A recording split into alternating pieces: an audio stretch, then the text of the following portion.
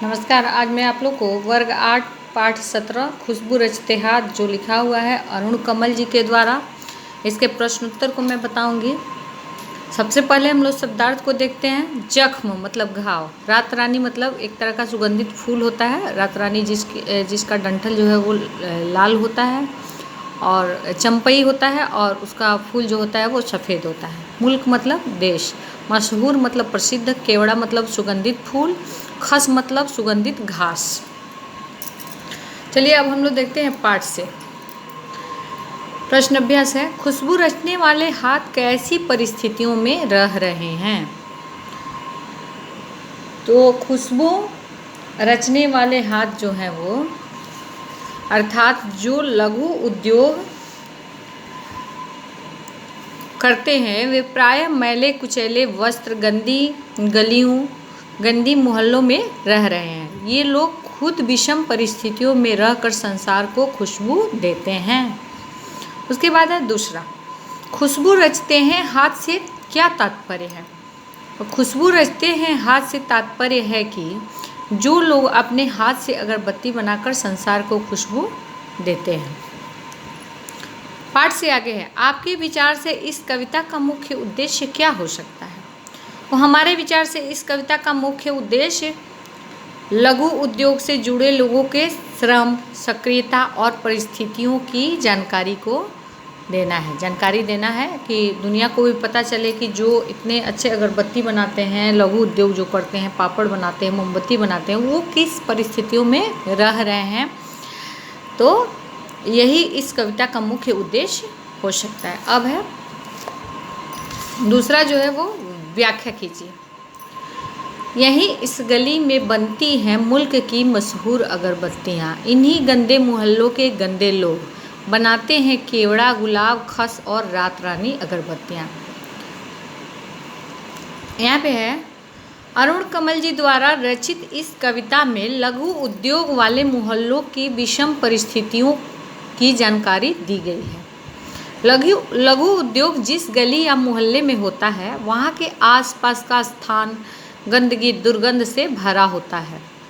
उस दुर्गंध और मैले कुचैले वस्त्र पहनकर भी वे लोग अपने हाथों से केवड़ा, गुलाब, खस, रात रानी इत्यादि सुगंधित अगरबत्तियों का निर्माण करते हैं, जो बहुत ही मशहूर है, जो बहुत ही प्रसिद्ध है। और उन अगरबत्तियों का निर्माण ये लोग खुद अपने हाथों से खुद को गंदे रखकर भी करते हैं। चलिए अब तीसरा हम लोग देखते हैं। निम्नलिखित प्रश्नों के उत्तर दीजिए। क,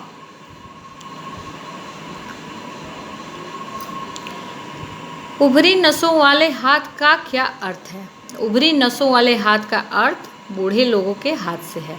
यानी कि बूढ़े आदमी जो होते हैं उनकी नसें जो है वो उभर गई होती हैं, जो दिखाई हम लोग को देती है। और यहाँ पे उभरी नसों वाले हाथ का अर्थ हो गया कि बूढ़े लोग जो होते हैं वो भी लघु उद्योग जब करते हैं तो उभरी नसों वाले हाथ से ही वो लोग इस कार्य को करते हैं।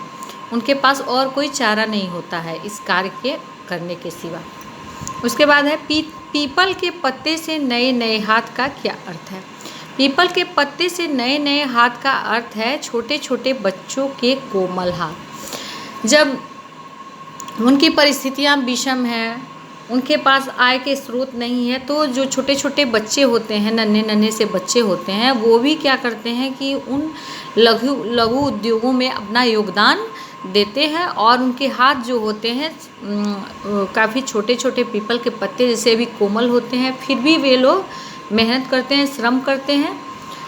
तो इस कविता में उस पीपल के पत्ते से नए नए हाथ का अर्थ है छोटे छोटे नन्हे नन्हे बच्चों के कोमल हाथ।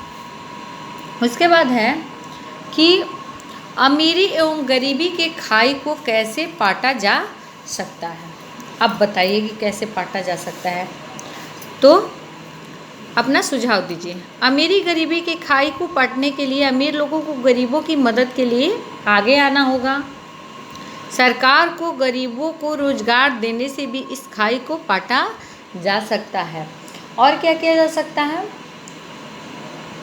और सरकार जो है वो गरीबों को रोजगार युक्त बनाने में अगर मदद करेगी तो भी इस खाई को पाटा जा सकता है।